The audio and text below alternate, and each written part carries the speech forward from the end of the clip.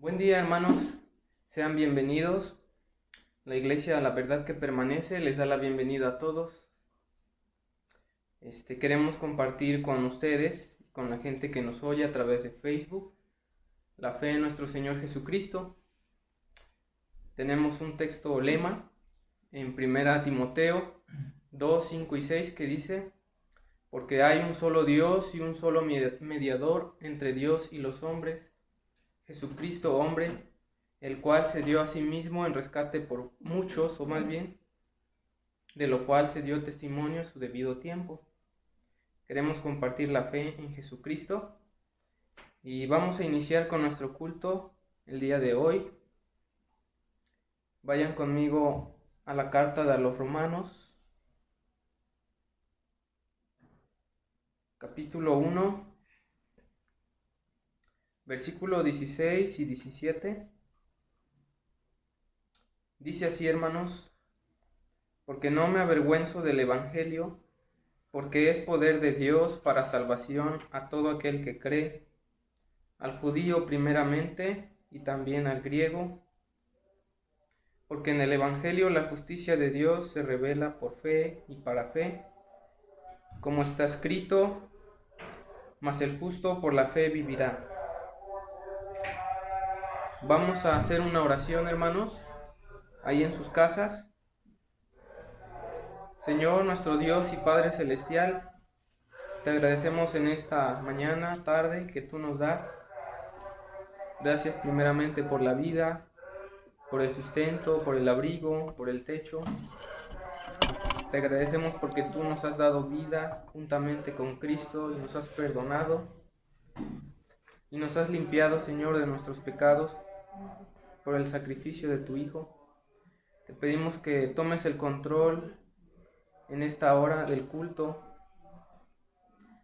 que no digamos más de lo que está escrito en tu palabra, Señor, que sea tu palabra pura y sin mancha. Te pido por cada uno de mis hermanos que me está viendo, por el hermano Carlos, Aurelio, por nuestros hermanos que están aquí juntamente conmigo. Y te rogamos que tú les suplas de todas sus necesidades espirituales, económicas, físicas, hermano. Te lo pedimos en el nombre de Cristo. Amén. Vamos a empezar con los signos.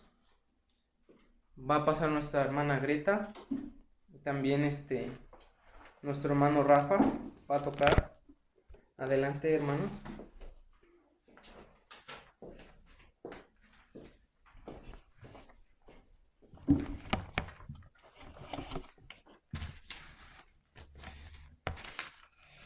Buenos días, hermanos. Vamos a adorar juntos a Dios.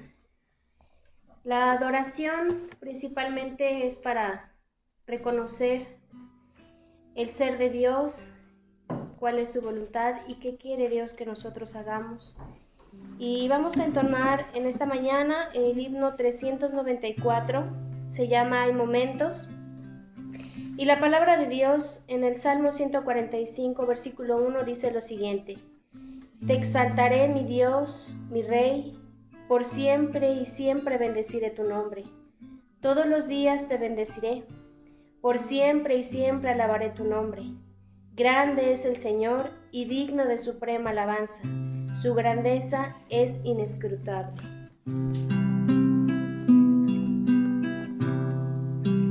Hay momentos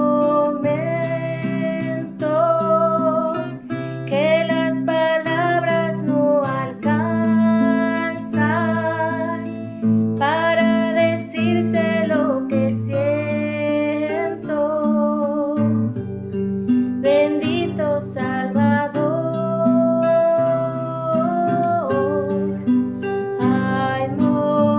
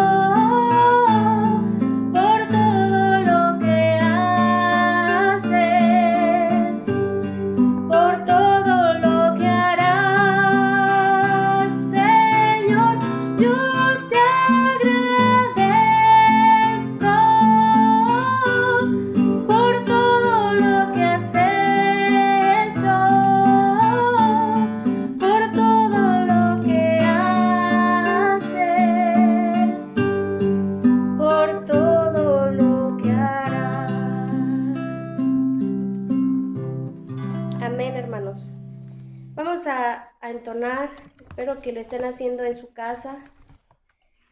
Por motivos de la contingencia no podemos estar todos juntos, pero en nuestros hogares podemos nosotros cantarle al Señor con nuestra familia. Y vamos a cantar este himno que reconoce el ser de Dios. Santo, santo, santo. Isaías capítulo 6, versículo 3 dice: y el uno al otro daba voces diciendo: Santo, santo, santo, el Señor de los ejércitos. Toda la tierra está llena de su gloria. Amén, hermanos.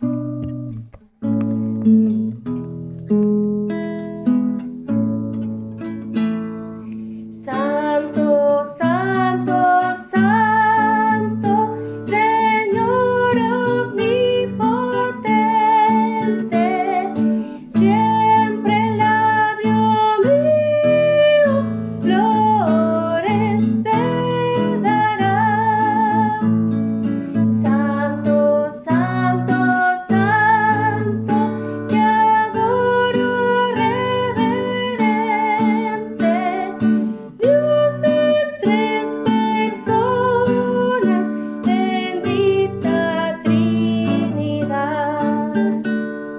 Santo, santo, santo, en numeroso coro, santos escogidos te adoran sin cesar, de alegría llenos y sus coronas de oro rinden ante el trono y el cristalino mar.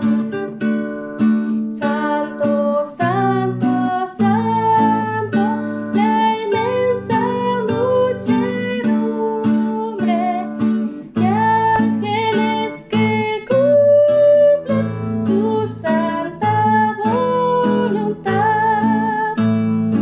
ante ti se postra bañada de tu lumbre, ante ti que has sido, que eres y serás.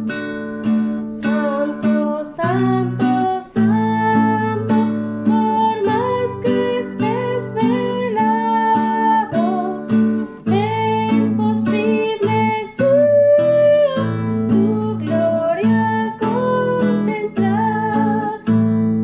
Santo, tú eres solo y nada hay a tu lado, en poder perfecto, pureza y caridad. Santo, santo, santo, la gloria de tu nombre vemos en tus obras, en cielo, tierra y mar. Santo, santo, santo, te adorará todo hombre, Dios en tres personas, bendita Trinidad. Amén, hermanos. Sabemos que con esta situación de la pandemia, pues muchos de nuestros hermanos en la iglesia están padeciendo con familiares, nuestros vecinos probablemente no tengan esperanza como la tenemos nosotros. Pero este himno nos alienta a confiar y a fiarnos en Cristo. Es el himno 323, o cuán dulce es fiar en Cristo, y tenemos una promesa en el libro de Mateo, capítulo 21, versículo 21. Dice: respondiendo Jesús les dijo: de cierto os digo que si tuviereis fe y no dudareis, no solo haréis esto de la higuera, sino que así a este monte dijeres: quítate y échate en el mar, será hecho. Tenemos que tener fe, hermanos, y si nosotros hemos creído en Cristo, compartir esa fe.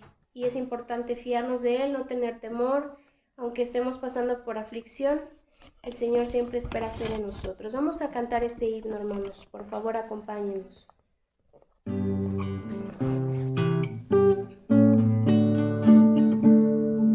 Oh, cuán dulce es fiar en Cristo y entregarse todo a Él, esperar en sus promesas y en sus sendas serle fiel. Jesucristo, Jesucristo, ya tu amor probaste en mí. Jesucristo, Jesucristo, siempre quiero fiar en ti. Es muy dulce fiar en Cristo y cumplir su voluntad, no dudando su palabra, que es la luz y la verdad. Jesucristo, Jesucristo, ya tu amor probaste en mí. Jesucristo, Jesucristo, siempre quiero fiar en ti. Siempre es grato fiar en Cristo cuando busca el corazón los tesoros celestiales de la paz y del perdón. Jesucristo, Jesucristo, ya tu amor probaste en mí. Jesucristo, Jesucristo, siempre quiero fiar en ti. Siempre en ti confiar yo quiero.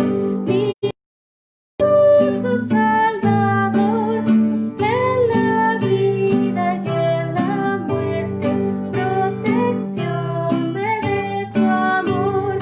Jesucristo, Jesucristo, ya tu amor probaste en mí.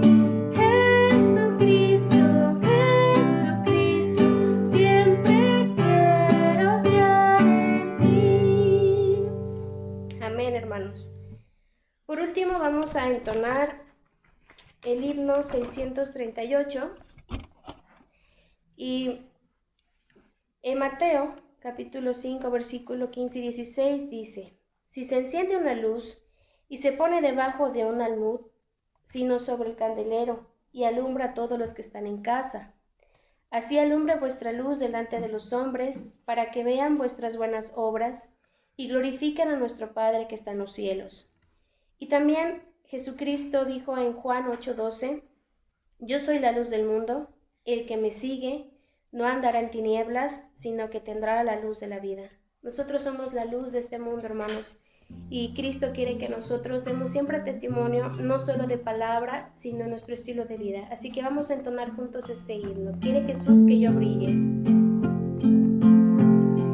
Quiere Jesús que yo brille, cual rayo de alba luz, en medio de las tinieblas reflejaré a Jesús. Que brille, quiere Jesús que yo brille y siempre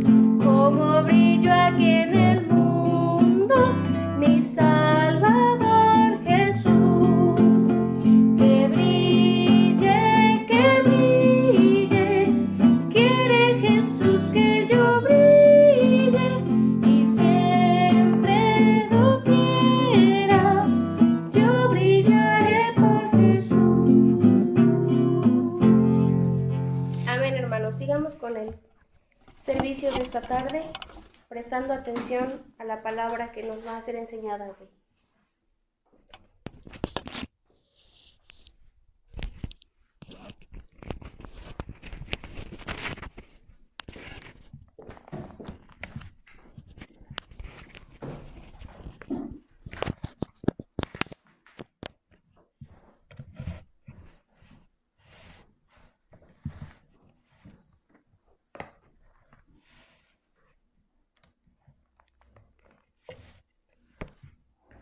Acompáñenme a la primera carta a los Corintios.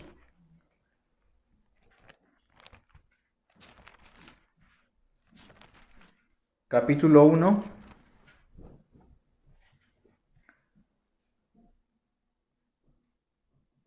Del verso 10 al verso 17. Os ruego pues, hermanos, por el nombre de nuestro Señor Jesucristo, que habléis todos una misma cosa, y que no haya entre vosotros divisiones, sino que estéis perfectamente unidos en una misma mente y en un mismo parecer. Porque he sido informado acerca de vosotros, hermanos míos, por los de Cloé, que hay entre vosotros contiendas. Quiero decir, que cada uno de vosotros dice: yo soy de Pablo, y yo de Apolos, y yo de Cefas, y yo de Cristo. ¿Acaso está dividido Cristo? ¿Fue crucificado Pablo por vosotros? ¿O fuisteis bautizados en el nombre de Pablo? Doy gracias a Dios de que a ninguno de vosotros he bautizado, sino a Crispo y a Gayo, para que ninguno diga que fuisteis bautizados en mi nombre. También bauticé a la familia de Estéfanas. De los demás, no sé si he bautizado a algún otro, pues no me envió Cristo a bautizar, sino a predicar el Evangelio, no con sabiduría de palabras, para que no se haga vana la cruz de Cristo. Esta lectura de 1 Corintios, capítulo 1, versículo 10 al versículo 17, toca el tema de las divisiones en el cuerpo de Cristo. Sin embargo, nosotros ya hemos hablado bastante sobre el por qué una iglesia se llega a dividir. Ya hemos mencionado cómo una iglesia local llega a estar fragmentada, según el apóstol Pablo, por personas naturales, es decir, personas sin Dios, personas no regeneradas. En segundo lugar, por personas espirituales, cristianos que sí han nacido de nuevo, pero que incluso han llegado a un grado de madurez que los coloca como espirituales. Y de hecho ya dimos una explicación más exhaustiva sobre quiénes son los espirituales. Y la tercera sección, según Pablo, en el capítulo 3, versículo 1 en adelante, les llama los carnales, quienes son descritos como niños en Cristo. Sí, efectivamente ya nacieron de nuevo, son regenerados, son hijos de Dios, pero no han llegado a la madurez que el apóstol espera. Y estas tres secciones de personas dentro del cuerpo de Cristo es lo que provoca que existan divisiones. Sin embargo, hay algo más profundo que es la causa o el origen del por qué en la iglesia de la Carta a los Corintios había tantos problemas, tantas divisiones, tanto pecado, tanto desorden, tanta confusión. Y el problema es que el Evangelio de Cristo había perdido la centralidad dentro de la iglesia. Pablo, por eso en el capítulo 1, verso 17 les dice: pues no me envió Cristo a bautizar, sino a predicar el Evangelio. Ese es el centro, esa es la médula de mi labor, predicar el Evangelio. Y no con sabiduría de palabras, para que no se haga inútil, para que no se haga vana la cruz de Cristo. Cuando el Evangelio pierde protagonismo en el cuerpo de Cristo. Cuando el Evangelio pierde protagonismo en el cuerpo de Cristo. Si existe un tema sobre el cual debemos hacer énfasis constantemente en nuestra predicación, en nuestra labor de discipulado, si hay un tema que debemos tener como el motor de nuestra vida, ese debe ser el tema del Evangelio de Cristo Jesús. Y el apóstol Pablo, en los primeros capítulos de la primera carta a los Corintios, va a iniciar, como en muchas otras cartas, tomando como punto de partida la enseñanza del Evangelio de Cristo Jesús. Cuando inicia la carta a los romanos, él les dirá, porque no me avergüenzo del Evangelio, porque es poder de Dios para salvación a todo aquel que cree, al judío primeramente y también al griego. Cuando le habla a los romanos, él sabe que su tema debe ser el Evangelio. Y cuando se topa con esta iglesia que está en conflictos tremendos, él sabe que el origen de todo problema espiritual en una iglesia es que se ha desechado por completo o se ha desviado la atención a muchas otras cosas y se ha perdido de vista el Evangelio de Cristo Jesús. Y en esta porción de la Escritura, al menos nosotros podemos detectar tres cosas, tres áreas que estaban desviando la atención de la iglesia por encima del Evangelio de Cristo Jesús. Primero notemos que en el capítulo 1, verso 10, Él les hace un ruego. Les dice, quiero rogarles, hermanos, y pongo de por medio el nombre de nuestro Señor Jesucristo, que por favor todos hablen una misma cosa. Que su enseñanza, su labor, su predicación, su hablar esté unificada en una misma cosa. Y que no haya entre vosotros divisiones, sino que estéis perfectamente unidos en una misma mente y en un mismo parecer. Requieren unidad, hermanos. Porque he sido informado acerca de vosotros, hermanos míos, por los de Cloé, que hay entre vosotros contiendas. El problema superficial aparentemente es que hay contiendas. Pero recuerden, solamente es el problema superficial. Hay un origen de esas contiendas. Hay un origen, un problema medular del por qué existen pleitos. Verso 12. Quiero decir que cada uno de vosotros tiene a su pastor o a su predicador predilecto. Algunos dicen, yo soy de Pablo. Pues qué mejor que ser discípulo del apóstol, que tiene la mejor doctrina, que tiene un conocimiento profundo de la verdad. Qué mejor que ser un discípulo del apóstol Pablo, un hombre versado en toda doctrina conocida. Algunos otros decían, bueno, yo soy de Apolos. Qué mejor que ser un seguidor de ese predicador elocuente, poderoso en las Escrituras, que tiene conocimientos de la filosofía de los griegos, puesto que es originario de Alejandría. Así que muchos se volcaron para seguir a Apolos. Otros decían, pues yo la verdad, ni con Pablo ni con Apolos, yo soy de Cefas. Yo soy discípulo del apóstol Pedro. Qué mejor que ser un seguidor de ese hombre que estuvo con Jesús, que caminó sobre el mar, que tuvo sus altibajos, pero él de primera mano tuvo la enseñanza de Jesucristo. Y algunos que probablemente eran los más espirituales decían, bueno, yo soy de Cristo. La realidad, hermanos, es que estos apóstoles, estos líderes espirituales, no eran falsos profetas. Sin embargo, aunque no eran falsos profetas, ellos no deberían ser los maestros de estos miembros de la iglesia de Corinto. Jesucristo dijo, uno es vuestro maestro, el Cristo. Mucho menos decir, yo soy de Pablo, de Apolos, de Cefas. No somos la pertenencia de Pablo, no somos la pertenencia de un apóstol, no somos la pertenencia de ningún líder espiritual.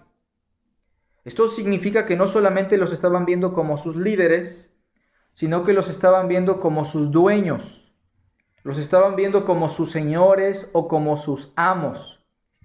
No es simplemente una lealtad al líder espiritual, sino que los estaban viendo por encima del Evangelio de Cristo. Vamos a hacernos una pregunta. ¿En qué momento el Evangelio pierde protagonismo en la iglesia? En primer lugar, cuando rendimos nuestras vidas a un líder espiritual que no es Cristo.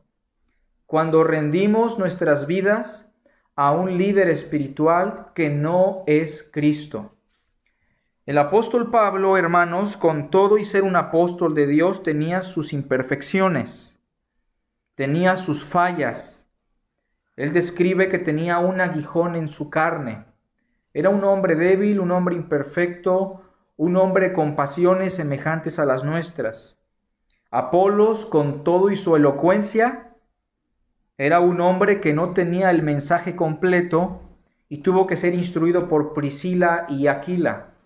Era un hombre con errores, un hombre que aún necesitaba instrucción.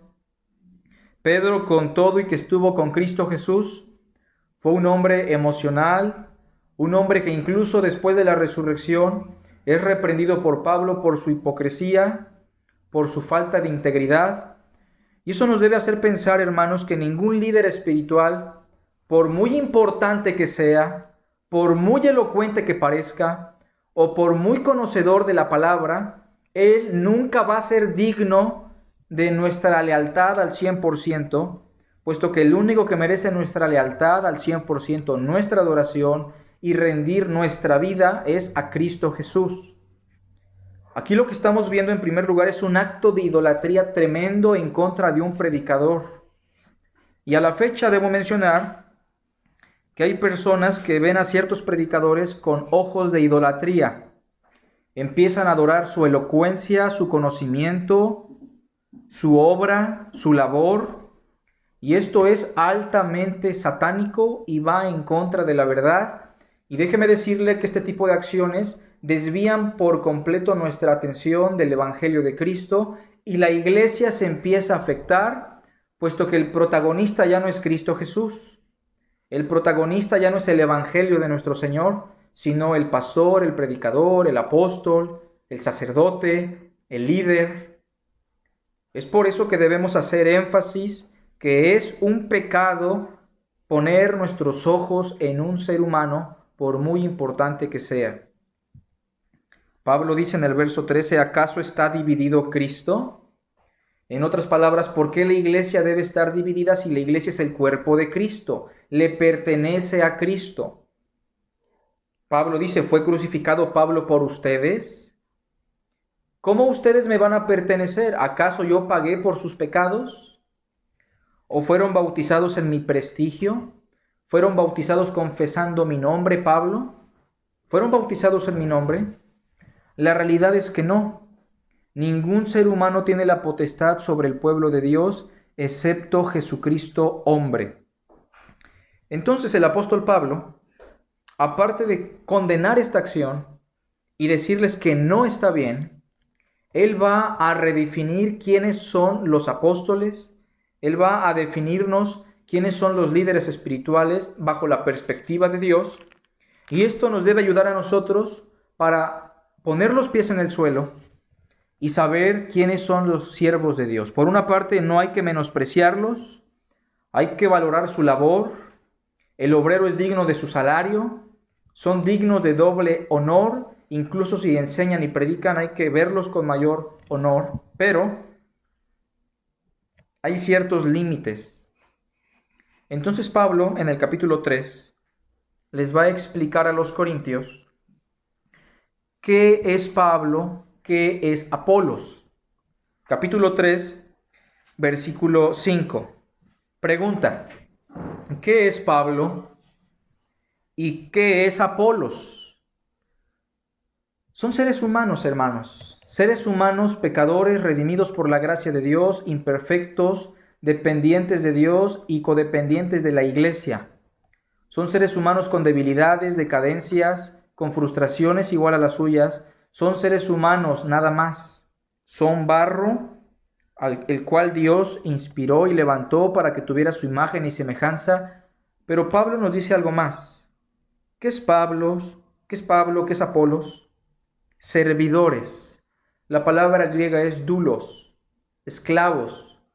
Son esclavos de Cristo, son siervos de Cristo, son los sirvientes de Dios. Y dice, servidores por medio de los cuales habéis creído. Y eso según lo que a cada uno concedió el Señor. Lo que está diciendo es, somos los siervos de Dios por medio de los cuales llegaron a la fe. Pero eso se dio porque Dios así lo concedió, no porque nosotros tuvimos el poder. Nosotros somos el instrumento, los vasos de barro, pero Dios es quien hizo la obra a través de nosotros. Somos los esclavos de Cristo. Después dice en el verso 6, yo planté, Apolos regó, no Apolos la regó, Apolos regó, pero el crecimiento lo ha dado Dios. En segundo lugar, figurativamente se presentan como labradores, como aquellas personas que están trabajando la tierra para esperar un fruto, a sabiendas de que la lluvia procede de Dios, a sabiendas de que el calor solamente Dios lo puede otorgar, a sabiendas de que la semilla va a germinar únicamente si Dios prospera la cosecha. Por eso dice, yo planté, Apolos regó, pero el crecimiento lo ha dado Dios. Somos labradores. Verso 7, así que ni el que planta es algo, ni el que riega, sino Dios que da el crecimiento. Verso 8, y el que planta y el que riega son una misma cosa, aunque cada uno recibirá su recompensa conforme a su labor. Porque nosotros somos colaboradores de Dios. En tercer lugar, son los colaboradores de Dios. Y vosotros, ustedes, son labranza de Dios, edificio de Dios, conforme a la gracia de Dios que me ha sido dada. Yo como perito arquitecto puse el fundamento y otro edifica encima. Pero cada uno mire cómo sobreedifica, porque nadie puede poner otro fundamento que el que está puesto, el cual es Jesucristo. Otra vez, no pongan su atención en Pablo, no pongan su atención en Pedro, en Apolos, pongan su atención en el fundamento, el cual es Cristo Jesús. No deben poner su atención en mí, en el hermano Aurelio, en el hermano Eric, en aquellas personas que liderean, en el hermano Rafa, aquellas personas que enseñan la palabra, que están al cuidado de los hermanos. Deben poner sus ojos en Cristo porque Él es el fundamento. No deben desviar su atención de nuestro fundamento que es Cristo Jesús. En el capítulo 3, versículo 21, Pablo les dice, así que ninguno se gloríe en los hombres, ninguno, porque todo les pertenece, todo es vuestro. Sea Pablo, sea Apolos, sea Cefas, sea el mundo, sea la vida, sea la muerte, sea lo presente, sea lo porvenir, todo es vuestro y vosotros de Cristo y Cristo de Dios. Hablaba con un hombre que tenía que hacer cambios en su vida, cambios importantes que tenían que ver con Dios. Y una de las cosas que me sorprendieron en su charla fue que este hombre le daba mayor importancia al peso de pastores, al peso de hombres, por encima del peso que puede tener la palabra de Dios. Sin darse cuenta, este hombre estaba haciendo lo mismo que los corintios, dándole la gloria a los hombres, dándole peso a la palabra del hombre y no a la palabra de Cristo. ¿Qué tan importante es para usted la palabra de Dios? ¿Qué tan importante es para usted la centralidad del Evangelio? Sí es importante consultar al pastor, sí es importante tomar en cuenta al pastor y ayudar a la labor pastoral, pero recuerden, hermanos, que la palabra está por encima de la autoridad pastoral y que de hecho la autoridad de cualquier pastor y cualquier predicador tiene que emanar de las Sagradas Escrituras. Obedeced a vuestros pastores está en función de la obediencia del pastor a la palabra, porque es necesario obedecer a Dios antes que a los hombres. En el caso de los corintios, el problema no eran los pastores. Ellos eran hombres de Dios, hombres genuinos, imperfectos. El problema era la iglesia que había fijado sus ojos y su fe en un hombre. De manera que si ese hombre muere, muere su fe. Si ese líder fallece, se desvía, apostata, con ellos muere también su doctrina, su fe, su líder, su vida espiritual. En primer lugar, el Evangelio pierde protagonismo cuando nosotros le damos más centralidad a los líderes espirituales que al mismo Evangelio de Cristo. Pero vean que en el capítulo 1, versículo 13, después de que Pablo les dice, ¿acaso está dividido Cristo? ¿Fue crucificado Pablo por vosotros? ¿O fuisteis bautizados en el nombre de Pablo? Doy gracias a Dios que a ninguno de vosotros he bautizado, sino a Crispo y a Gayo. ¿Se imaginan a un apóstol diciendo, doy gracias a Dios que a ninguno de ustedes los bauticé? La Biblia nos manda a bautizar, que a los discípulos los bauticemos para ser los miembros del cuerpo de Cristo. Pero el hecho de que Pablo esté diciendo que le da gracias a Dios por no haber bautizado a muchos de los hermanos de esta iglesia, significa que ellos le estaban dando un peso no solamente al líder espiritual, sino también al rito o a la ceremonia del bautismo. Esa ordenanza que el Señor nos dio en la Gran Comisión debe ser vista únicamente como un símbolo, una ceremonia y una ordenanza que nos incluye visiblemente al cuerpo de Cristo, nada más. Sin embargo, algunas ceremonias cristianas, algunas costumbres, actos, prácticas, liturgias, llegan a tomar la centralidad. Pablo sigue diciendo, para que ninguno diga que fuisteis bautizados en mi nombre. También bauticé a la familia de Estéfanas. De los demás, no sé si he bautizado a algún otro. Verso 17. ¿Por qué Pablo es tan indiferente al bautismo? ¿Que acaso Cristo no se lo ordenó? Pablo dice, verso 17, pues no me envió Cristo a bautizar. A ver, hermanos, vamos a analizar esto. Pregunta, ¿no envió Dios a Pablo a bautizar? ¿Cómo ven? ¿No dice la Escritura, id por todo el mundo y predicad el Evangelio y bautizarlos? ¿No dice eso la Escritura, hermanos? Sí lo dice. Pero Pablo está básicamente diciéndonos algo con esto. Cristo sí me manda a bautizar, pero por encima del bautismo, mi atención debe estar fijada en ¿qué? Verso 17. Pues no me envió Cristo a bautizar, sino a predicar el Evangelio. El Evangelio está por encima del bautismo. Cuando una ceremonia, cuando un rito, cuando un acto religioso, cuando la liturgia, nuestra tradición o nuestra superficialidad religiosa toma el centro, también estamos desviando el Evangelio del cuerpo de Cristo. Número 2, entonces, cuando nuestra atención se desvía a las ceremonias, ritos, acciones, prácticas o aspectos religiosos. En pocas palabras, cuando nuestra atención se desvía a nuestra religión y no a nuestro Señor Jesucristo. Yo fui miembro de una iglesia bautista durante mucho tiempo, la cual, dentro de sus virtudes y sus defectos, predicaba constantemente el Evangelio. Sin embargo, era un método muy superficial, un método de 5 pasos. Las personas llegaban a la congregación visitantes, inmediatamente los abordábamos al final en una esquina o en un cuarto. En 5 o 4 pasos les dábamos el Evangelio de Cristo. Para nosotros eso era suficiente. Les decíamos después, si usted quiere recibir hoy a Cristo Jesús, agache su cabeza, cierre los ojos, apriete mi mano y repita las siguientes palabras. Una especie de rito evangélico. Señor, la persona decía, Señor, hoy te recibo en mi corazón, te pido que vengas, te abro las puertas de mi vida y yo quiero, Señor, que me des la salvación. Inmediatamente la persona hacía su oración. Nosotros le asegurábamos que ya era hijo de Dios, que ya estaba salvo, que nada ni nadie lo podía separar del amor de Cristo, y la persona fijaba su oración en ese rito. Pasaban los meses, la persona tal vez iniciaba a ir a la iglesia, la persona creía que era hijo de Dios, y toda su atención estaba fija en esa oración que él había repetido.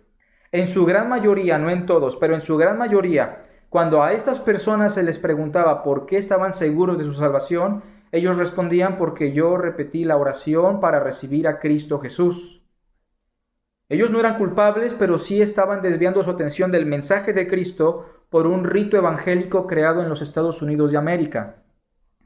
Una vez la persona hacía su oración ese mismo día, les poníamos su bata, los dirigíamos en chanclas al bautisterio, los metíamos en la tina y después de bautizarlos los presentábamos como miembros del pueblo de Dios, parte de la familia de Dios, y en un 90% jamás los volvíamos a ver, y si los veíamos en una vida normal, sin Cristo, en las drogas, en adicciones, o una vida moralista pero sin Dios. Toda la atención de esta congregación, incluyéndome a mí, estaba dirigida a ese rito evangélico, y el conocimiento del evangelio era muy superfluo, era muy superficial. Cuando usted dirige su atención a un velo y dice que las hermanas tienen que ir con velo, usted está desviando la atención del evangelio por un rito insignificante. Cuando usted piensa que la corbata, la falda, la ropa de vestir, el ayuno, el asistir a la iglesia de cierta forma, con cierta ropa, usted está desviando la atención del evangelio a otras cosas insignificantes. Cuando usted piensa que ciertos alimentos son inmundos, paganos, usted está desviando la atención del evangelio a estas cosas. El apóstol Pablo en Colosenses nos dice algo importante. Al menos en la carta a los Corintios, hermanos, hay ciertas cosas que desvían la atención del evangelio. Cosas buenas, pero malintencionadas. En este caso el bautismo, más adelante la cena del Señor, donde algunos se emborrachaban. En otros casos el velo, en otros casos el hablar en lenguas. Estas cosas eran importantes, pero no eran lo más importante. Colosenses capítulo 2, versículo 23, hablando de estos aspectos litúrgicos, religiosos, tradicionales, ceremoniales, que no son malos en sí, llegan a desviar la atención de nuestra médula espinal, que es Cristo Jesús. Versículo 23, Pablo dice, tales cosas, en el contexto tradiciones, aspectos religiosos, el día de reposo, tales cosas tienen a la verdad cierta reputación de sabiduría en culto voluntario. Si una persona ayuna 40 días, gana cierta reputación en un culto voluntario. Si una mujer usa falda sin fallar toda su vida, porque así lo dicta su religión, sus aspectos religiosos, tiene cierta reputación en su culto voluntario. Si una persona se abstiene de ciertos alimentos durante toda su vida, porque así lo ve desde su perspectiva religiosa, gana cierta reputación, incluso en humildad, en duro trato del cuerpo, pero, Pablo dice, no tienen valor alguno contra los apetitos de la carne. Pero ¿saben, hermanos, qué es lo que sí tiene poder en contra de los apetitos de nuestra carne? El Evangelio de Cristo Jesús. Entonces, los corintios no solamente estaban desviando sus ojos del Evangelio por seguir a los líderes humanos, sino también por aspectos superficiales como el bautismo, la cena del Señor en donde se emborrachaban, algunos alimentos que ellos consideraban pecado, capítulo 8, capítulo 10, el don de lenguas, donde ellos pensaban que eso era el signo de la espiritualidad. Y de paso, cuando alguna iglesia o alguna denominación piensa que el hablar en lenguas es necesario para reflejar nuestro bautismo en el Espíritu, están pecando de la misma manera que los corintios. Pero noten lo que dice Pablo al terminar el texto, hermanos. Verso 17. Pues no me envió Cristo a bautizar, sino a predicar el Evangelio. Ese es mi énfasis, esa es mi labor. Con este mensaje voy a morir toda la vida. Pero vean, no con sabiduría de palabras, para que no se haga vana la cruz de Cristo.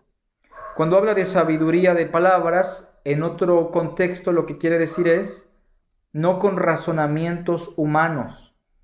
En aquellos días los corintios y todos los griegos amaban escuchar cosas nuevas. Eso lo encontramos en el libro de los Hechos.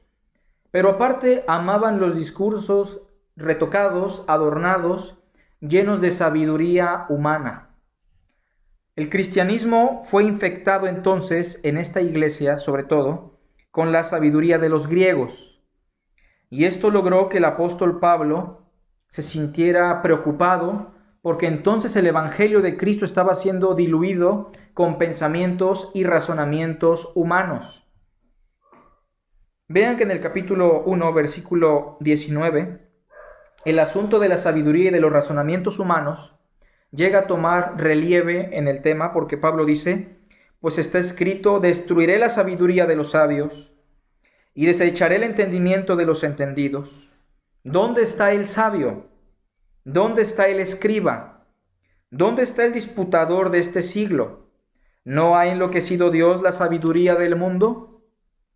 Pues ya que en la sabiduría de Dios el mundo no conoció a Dios mediante la sabiduría, agradó a Dios salvar a los creyentes por la predicación loca, por la locura de la predicación, por el mensaje alocado, el mensaje de Cristo, un mensaje no cuerdo, un mensaje que para muchos es torpe, pero ese es el mensaje de salvación. La sabiduría de los hombres entonces llega a ser desechada por el apóstol Pablo. Sin embargo, muchas personas en el cristianismo, al querer encontrar ciertos frutos superficiales en la congregación, buscan echar mano de la psicología, por ejemplo, buscan echar mano de algunos incentivos emocionales como buena música, con la intención de que la gente vaya por la música, lo cual no significa que la música sea mala, pero cuando se usa para manipular los sentimientos de una persona por encima del evangelio, está ganando territorio más que Cristo. Algunas personas están usando la filosofía. A la fecha están las ideologías, como la ideología de género, minando en la congregación y en el cristianismo. De manera que nosotros debemos rechazar toda ideología, toda sabiduría, toda psicología que esté en contra del mensaje de Dios. Eso nos lleva al punto número 3. ¿En qué momento el evangelio pierde su protagonismo? Cuando los razonamientos humanos se vuelven el centro de la iglesia. Cuando los razonamientos humanos se convierten en el centro o el protagonista de la iglesia o el cuerpo de Cristo. Cuando hablamos de consejería, muchas personas aconsejan y muchas veces sus consejos suenan bien. Sin embargo, tenemos que pesarlos a la luz de la palabra de Dios, porque no todos los consejos, hermanos, emanan de la Biblia. Debemos recordar que la Biblia es suficiente, es eficaz. En ella tenemos todo principio para cualquier situación de la vida. Pero no solamente hablamos de consejos, hablamos de principios psicológicos muchas veces, como el principio que muchas veces usan los predicadores de la prosperidad, donde se enseña que primero te debes amar a ti mismo para poder amar a los demás. Este es un principio aparentemente lógico, aparentemente bonito, pero recuerden el principio de Cristo: el que ama su vida, la perderá. El que quiera seguirme, niéguese a sí mismo. El apóstol Pablo dice, pero no estimo mi vida como preciosa para mí mismo. El amor de Cristo y el evangelio de Cristo radican en la entrega sacrificial a los demás por encima de nuestro bienestar. El evangelio de Cristo es amar a los demás por encima de a ti mismo. El evangelio de Cristo no tiene nada que ver con nuestra superación personal, no tiene nada que ver con nuestra prosperidad económica. El evangelio de Cristo es vivir como Cristo, pensar como Cristo, actuar como Cristo. Noten que en el capítulo 2 de 1 Corintios, Pablo termina diciendo lo siguiente. Él sabe que estos hermanos aman el razonamiento humano, aman la filosofía de los griegos. Y debo decir que la filosofía de los griegos no es tan satánica como la psicología de Freud, Rogers y Skinner, pero aún así es filosofía que está en contra de Dios y que no es la verdad. Recuerden que la única fuente de verdad es la revelación de Cristo. Así que, hermanos, cuando fui a vosotros para anunciaros el testimonio de Dios, no fui con excelencia de palabras o de sabiduría, pues me propuse no saber entre vosotros cosa alguna sino a Jesucristo y a este crucificado. Vean, mi tema central fue Cristo. Yo pude ir a ustedes con una reflexión sobre mis experiencias, sobre mi vida. Yo pude haber llegado y haberles dicho, hoy no les voy a predicar la Biblia, les voy a platicar un poquito de lo que he vivido. Yo pude llegar con principios filosóficos. Yo pude llegar con principios psicológicos. Yo pude llegar con una serie de cosas que les pueden ayudar pero yo no quise saber ninguna cosa sino a Cristo Jesús y a este crucificado. Eso es lo que les puede ayudar, eso es lo que les puede dar beneficio. El Evangelio de Cristo es lo que les puede dar unidad, lo que les puede hacer crecer. Verso 3. Y estuve entre vosotros con debilidad y con mucho temor y temblor. Imagínense el apóstol Pablo predicando en un grupo donde la mayoría de las personas son filósofos, disputadores, escribas griegos, personas que tenían una gran sabiduría humana. Verso 4, y ni mi palabra ni mi predicación fue con palabras persuasivas.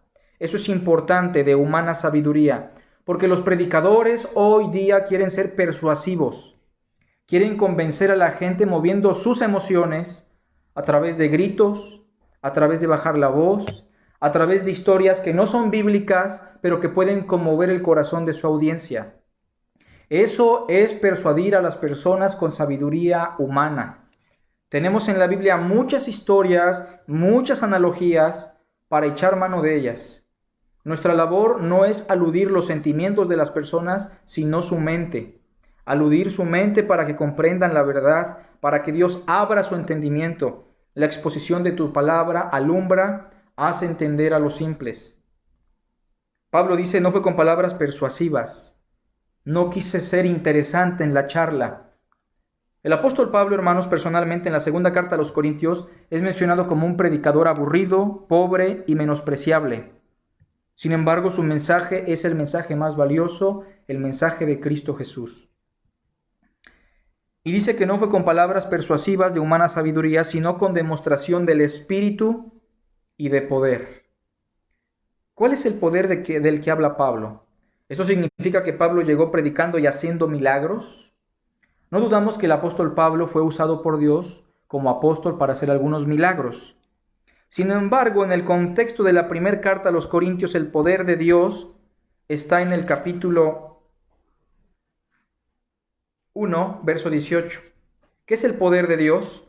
Porque la palabra de la cruz es locura a los que se pierden, pero a los que se salvan, esto es a nosotros, es poder de Dios. El poder de Dios no son los milagros. Estrictamente hablando, no es eso en este contexto.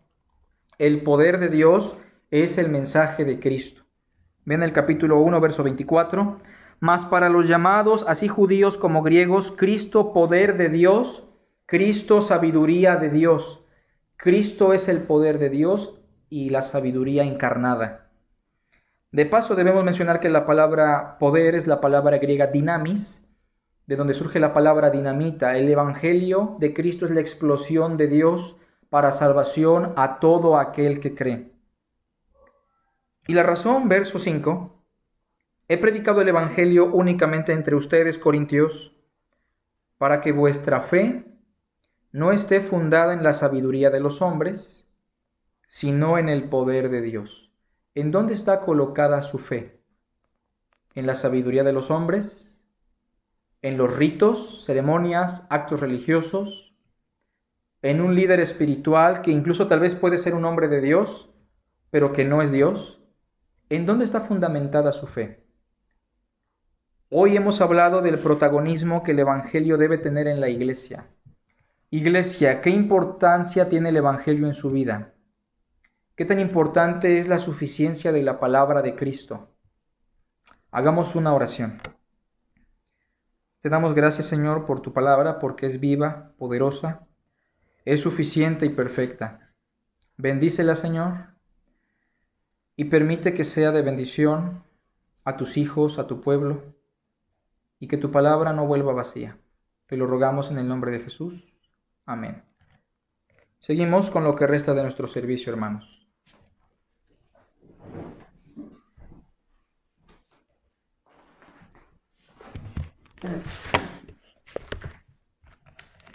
Vamos a pasar a las ofrendas, hermanos. Tenemos un texto en Proverbios 3, 9 y 10 que dice: honra al Señor con todos tus bienes y con las primicias de todos tus frutos, y serán llenos tus graneros con abundancia, y tus lagares rebosarán de mosto. Vamos a apartar un poco de lo mucho que Dios nos da ahí en nuestras casas y hay que hacerlo llegar a las hermanas que administran las ofrendas. Ya sabemos quiénes son, hermanos. Vamos a cantar.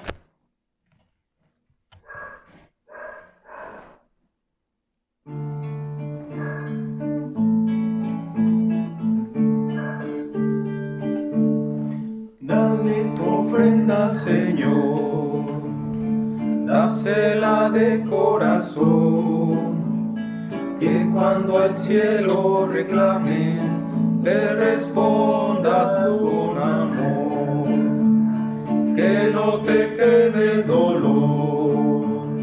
Cuando hayas ofrendado, Dios bendice al dador alegre, multiplica lo que has dado. Dios bendice al dador alegre, multiplica lo que has dado. Dale tu ofrenda al Señor, dásela de corazón, que cuando al cielo reclame, le respondas con amor, que no te quede el dolor. Cuando hayas ofrendado, Dios bendice al dador alegre, multiplica lo que has dado. Dios bendice al dador alegre, multiplica lo que has dado. Vamos a terminar con las oraciones.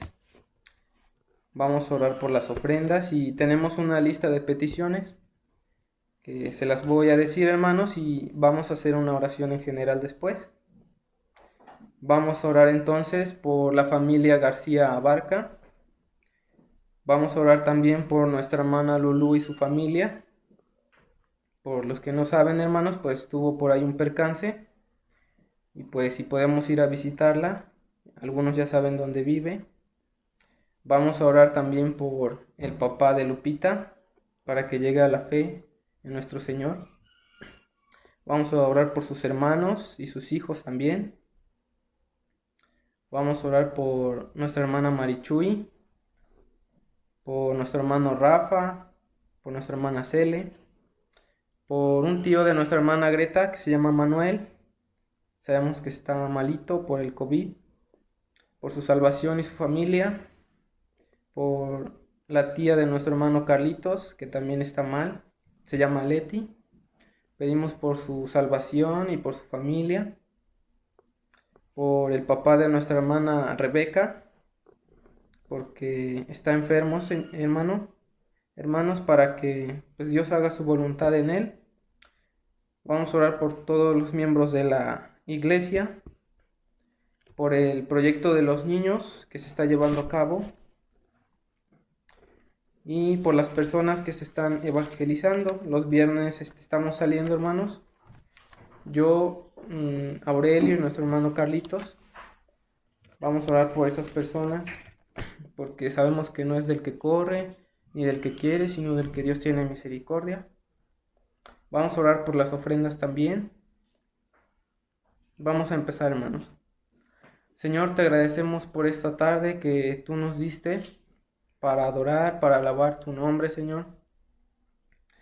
Te pedimos perdón de todos nuestros pecados, Padre, aun por los que nos son ocultos y no nos damos cuentas. Te pedimos perdón y que nos ayude, Señor, a tener la mente y el carácter de Cristo, Señor, que podamos hacer más como Él. Te pedimos por cada una de las peticiones, Señor, de mis hermanos, por toda la iglesia en general, cada uno de nosotros, Señor, para que ninguno se pierda, Señor, sino que todos lleguemos a alcanzar la fe en Cristo. Por las personas que están siendo evangelizadas, Señor, para que tú abras sus corazones y la palabra pueda dar fruto, Señor, abundante en sus vidas. Por los niños, Padre, por el proyecto que se está haciendo, para que nos des paciencia a las hermanas y les des fortaleza. Te pedimos también por nuestros hermanos que están necesitados de salud, de trabajo, por la gente que tiene vicios, Señor, y que no puede dejar, que está viviendo en tinieblas y necesita de la luz de Cristo. Te pedimos por las ofrendas, Señor, por las necesidades que hay, por los miembros de la iglesia, Señor. Y te pedimos que nos ayudes en esta semana, en las actividades de la iglesia, en nuestro trabajo, que nos cuides, nos guíes, Señor, y que podamos permanecer en la verdad. Jesucristo es la verdad, Señor. Ayúdanos en el mismo nombre de Jesucristo. Amén. Estamos despedidos, hermanos. Que tengan una buena semana.